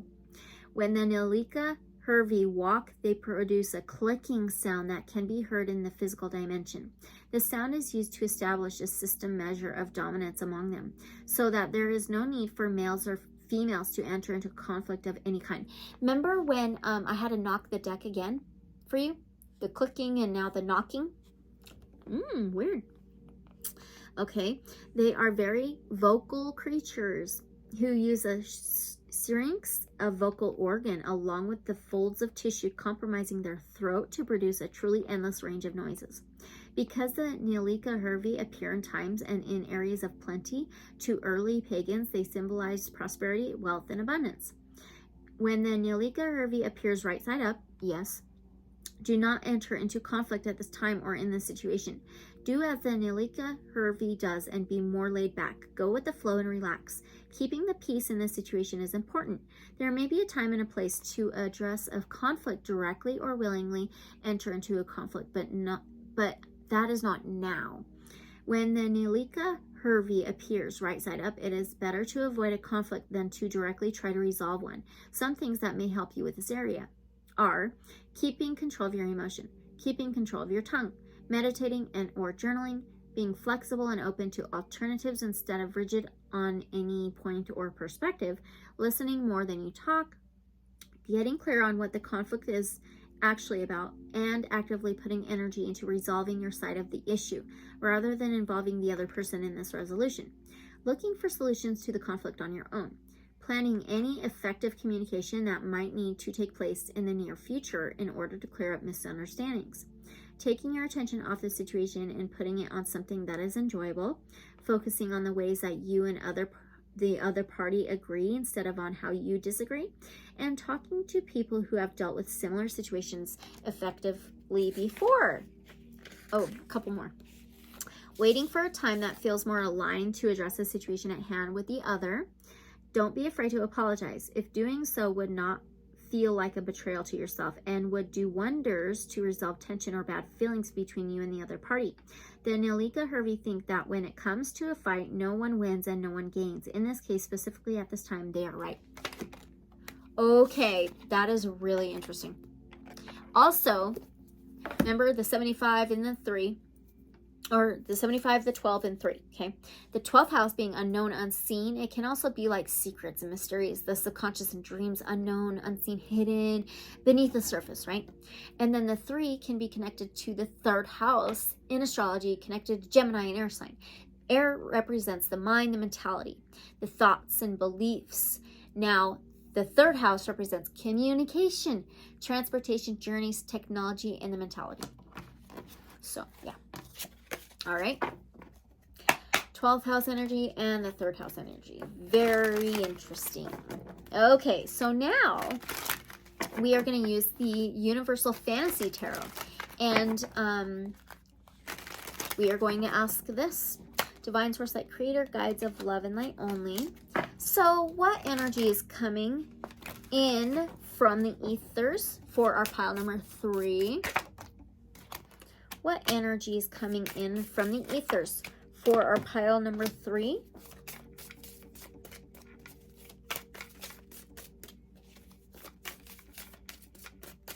So weird. This is so weird. Get ready. What energy is coming in for you from the ethers for you? Okay, done. Okay, Page of Cups. This is water energy, Cancer, Pisces, Scorpio energy, okay? Pages can be younger, immature energies, but it's always something new and offer a message and an opportunity.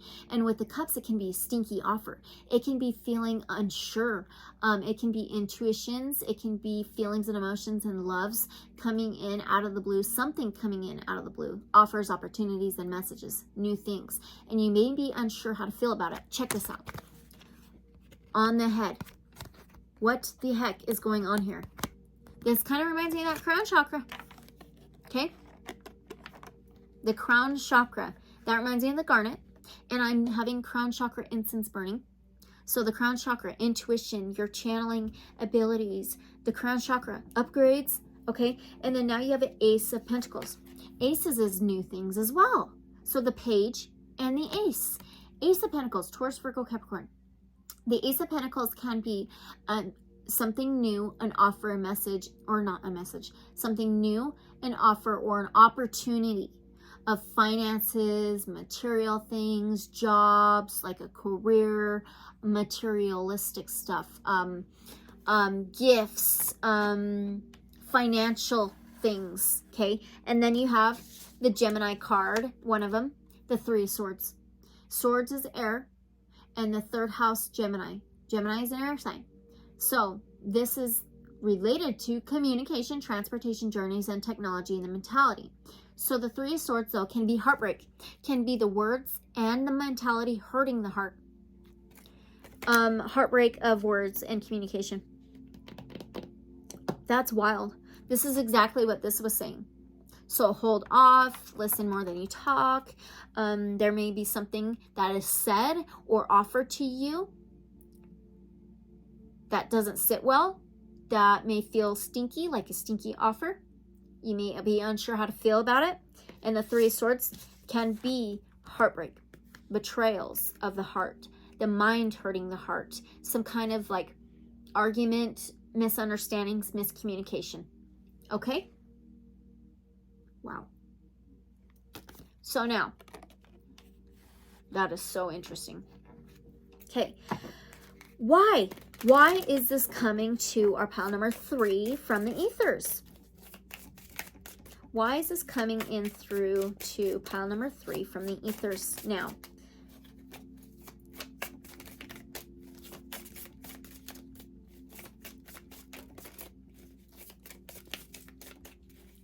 Why is this coming through to pile number 3 from the ethers?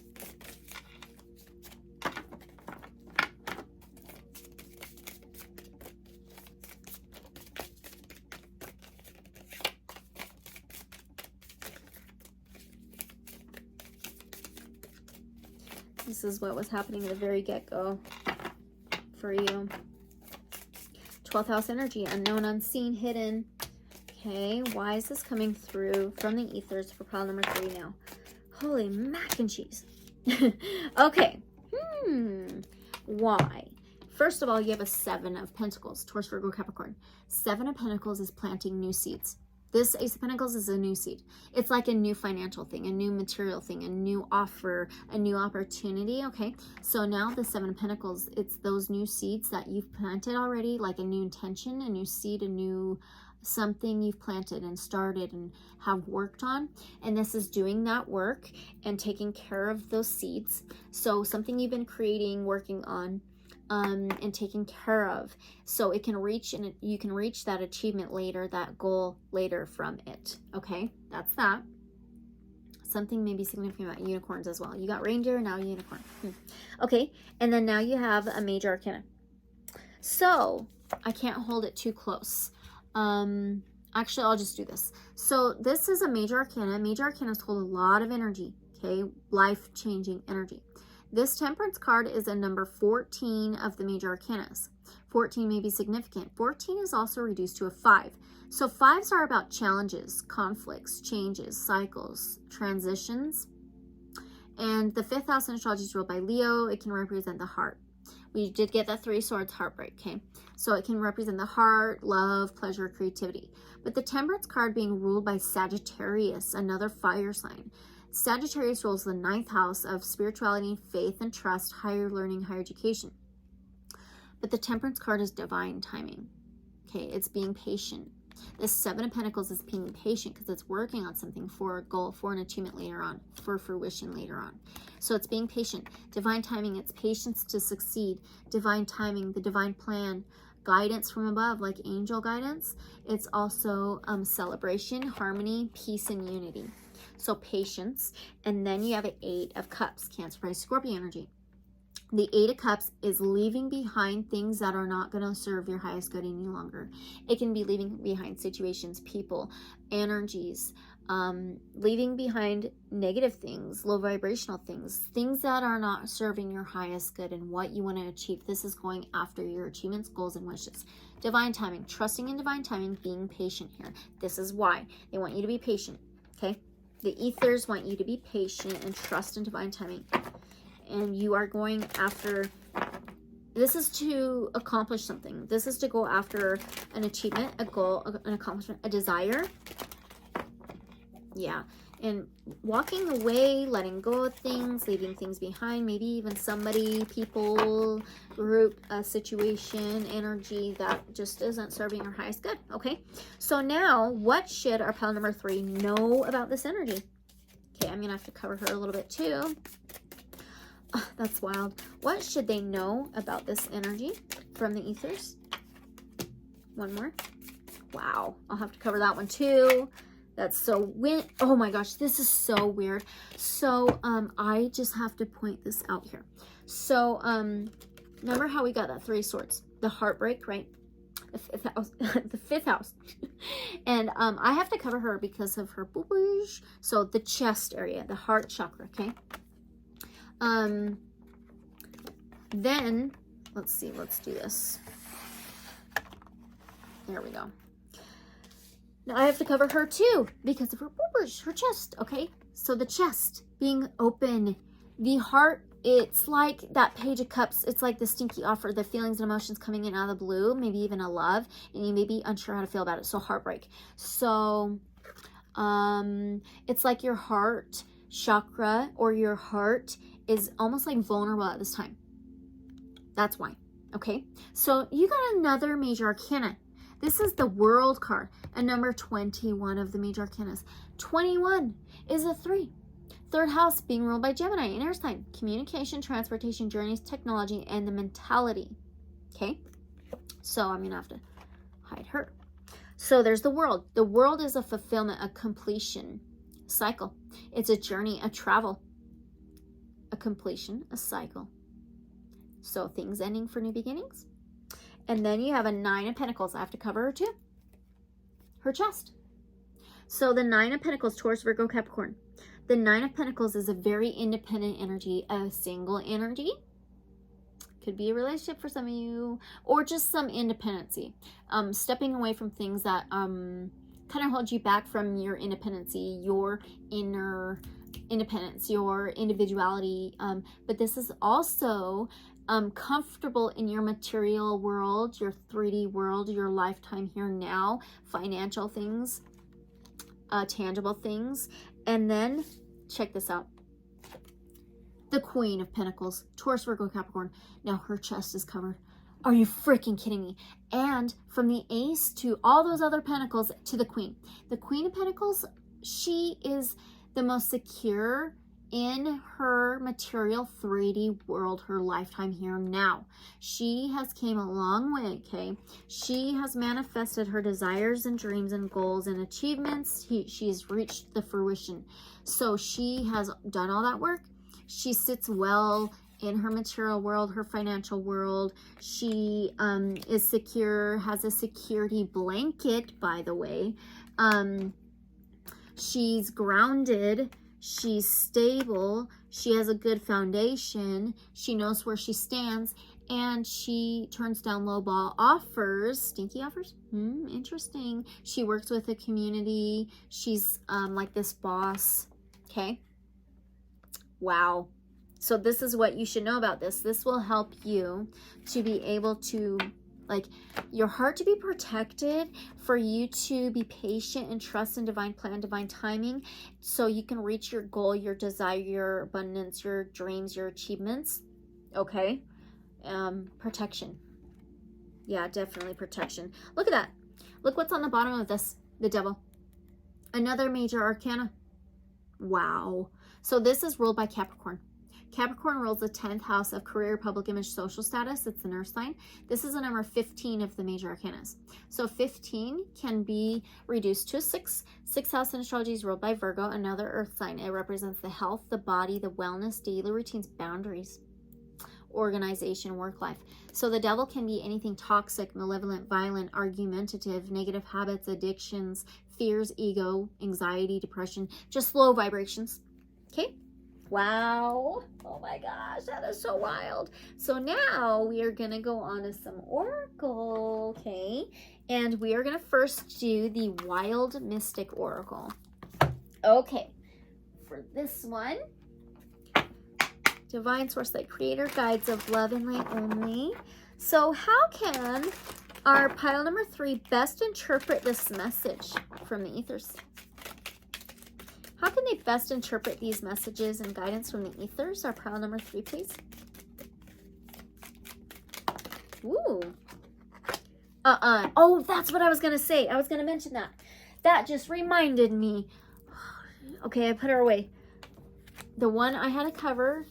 Another one that I had to cover. This one right here. Okay. What is she sitting with? Sitting with a peacock. Okay. So peacocks represent like abundance. This Queen of Pentacles is abundant. You just got the freaking peacock again. What's up with the peacock or peacock feathers? This is abundance, fortune, prosperity, just like that Queen of Pentacles. And it says confidence. Confidence? What? Okay. Oh my gosh. Oh, it's called a peafowl in this specific oracle deck. That's okay. all right. It looks just like the peacock, right? So freaking cool. All right. So how can you best interpret these messages and guidance from the Aethers? Pile number 3, confidence. This card represents self-confidence and assuredness. Often associated with vanity or pride, the beautiful display of the peafowl has long been venerated by artists, authors, playwrights, and philosophers. Despite negative associations, pride in oneself, self-love, and confidence are important parts of positive self-esteem, which this card encourages.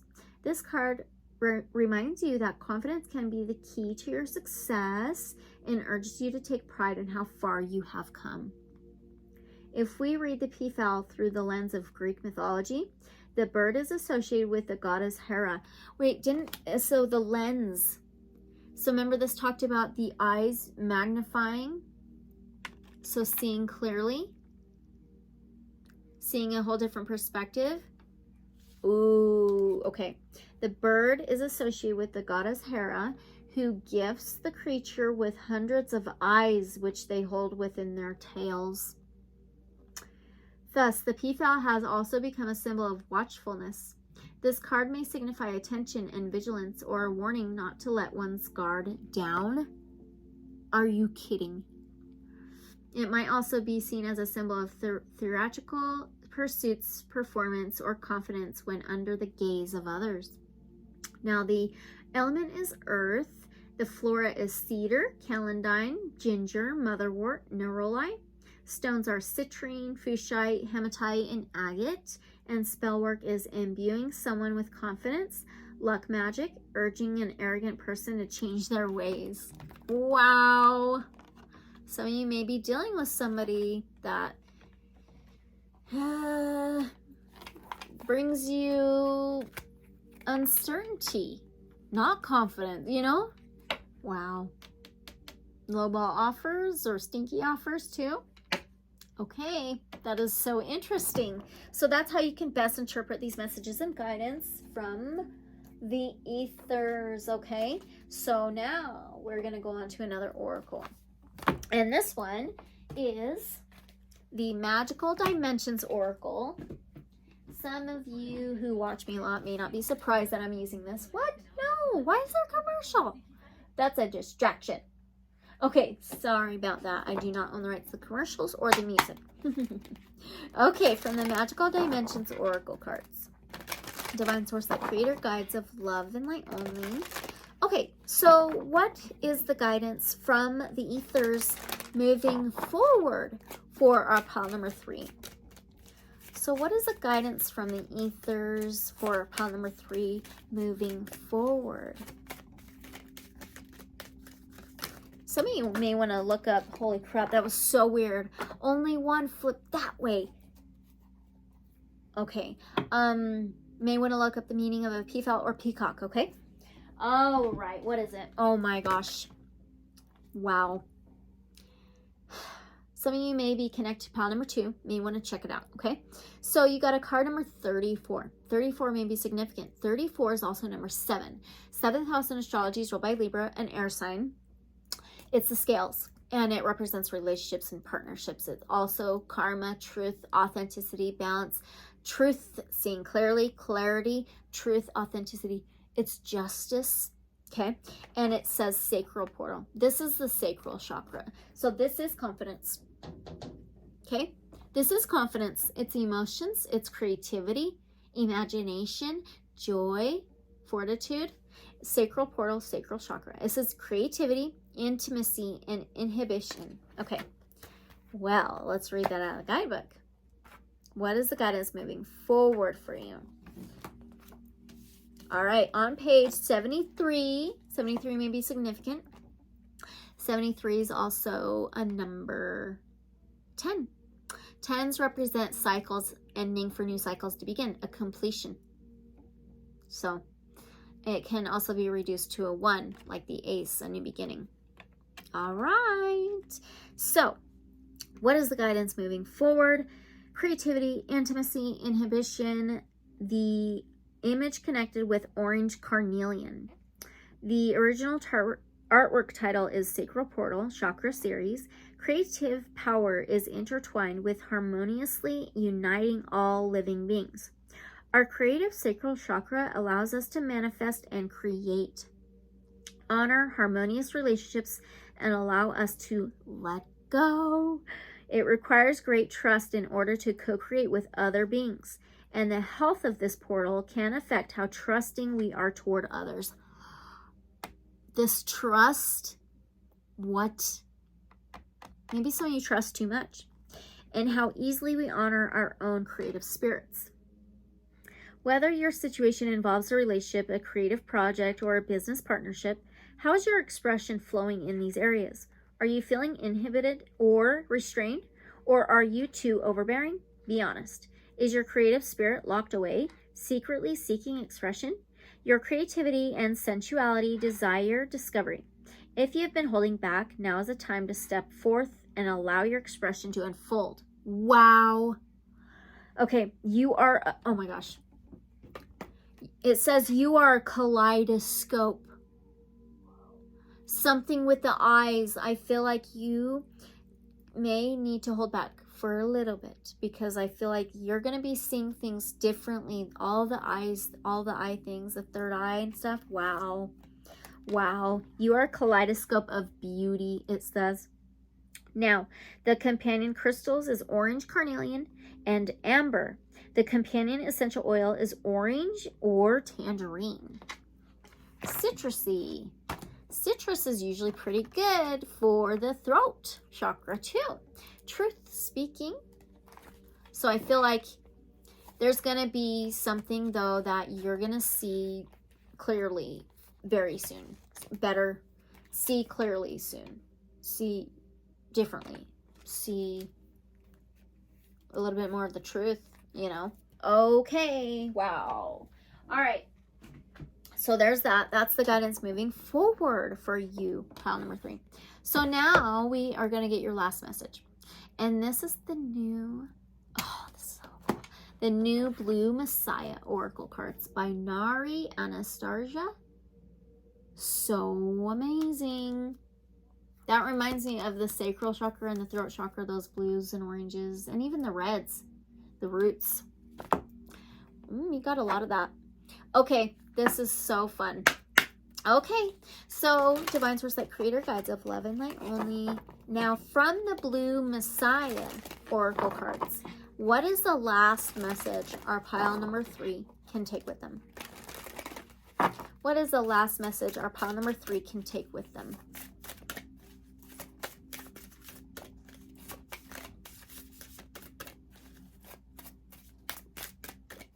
From the Aethers. What is the last message our pile number 3 can take with them from the Aethers, please?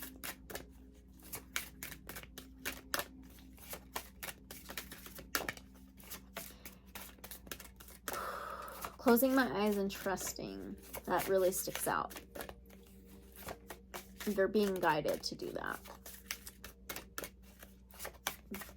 Using your third eye, practicing, maybe meditating, cleansing the third eye chakra. Okay, what do we need from the Blue Messiah for our pile number 3, please? For the last message from the Aethers.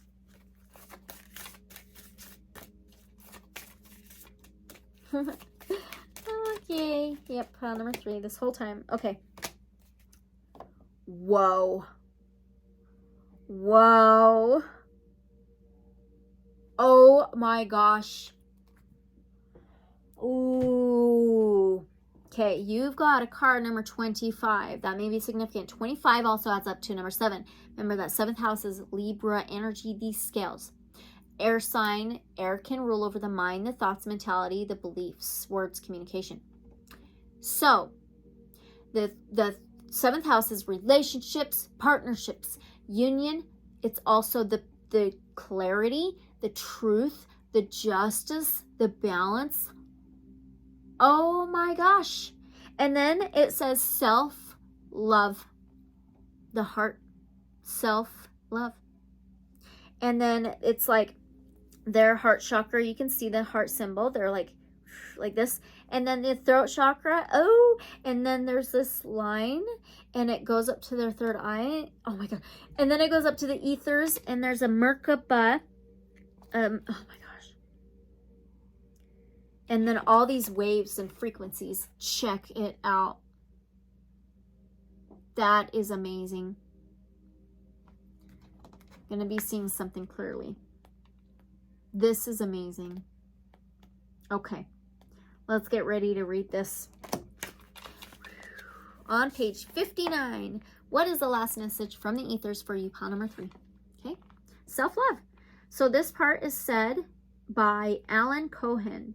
The deeper you love yourself, the more the universe will affirm your worth. Love is the universal language throughout the cosmos. Aligned with the creative process, freaking A, are you kidding? Of manifestation, it is the living energy that moves through everything. Self-love is the key to unlocking the power of universal love. The more you love who you are, the greater your capacity to feel the love from others. By seeing your value, knowing your worth, and embracing the many aspects of yourself, the universe reflects back to you the love that is in your heart. Kaleidoscope. Yeah, that is pretty interesting. Okay. Now, by having this unconditional love and deep acceptance for yourself, you transform into a powerful source of magnetic energy that attracts opportunities, prosperity, and divine relationships. Sheesh. Not only does self-love increase your magnetic power, it also physically impacts your health. By sending loving thoughts to your body, you create amazing shifts on a molecular level and boost your body's immune system. Are there any areas within you that could do with more love, dear one? If yes, it is time to increase your levels of love to these areas with understanding and compassion. Go now and shower yourself with love, and the universe, in turn, will shower its infinite blessings back to you. Now, it talked about the immune system. This talked about orange and tangerine. It's vitamin C. It's good for your immune system, right? So it says chakra, the heart chakra. Okay, exercise. Look in the mirror and tell yourself how much you love you. Love and acceptance from others starts with love and acceptance of you. The affirmation says, the light in my heart continues to expand as I continue to unconditionally love all aspects of myself. Okay. Heart chakra. Beautiful, beautiful. All right, so pile number 3. These were your messages. Okay, so as always, just take what resonates, leave whatever may not resonate, use your discernment. Okay, and if it did resonate, don't forget to like, comment, subscribe, and share. Hit the notification bell if you haven't yet, so you're notified for future uploads. And if it did not resonate, just choose another pile, okay? And I just appreciate you guys so much for being here. All your love, all your comments and everything. I would so love to know how this resonates for you in the comments below. Or you can always email me personally. My email's in the description below. You can click on that. Or my email is awakenedintuitives10@yahoo.com. So you can always reach out to me. And as always, unconditional love and light. So be it, so it is. And I will see you guys in the next reading or video. Thank you so much. Bye.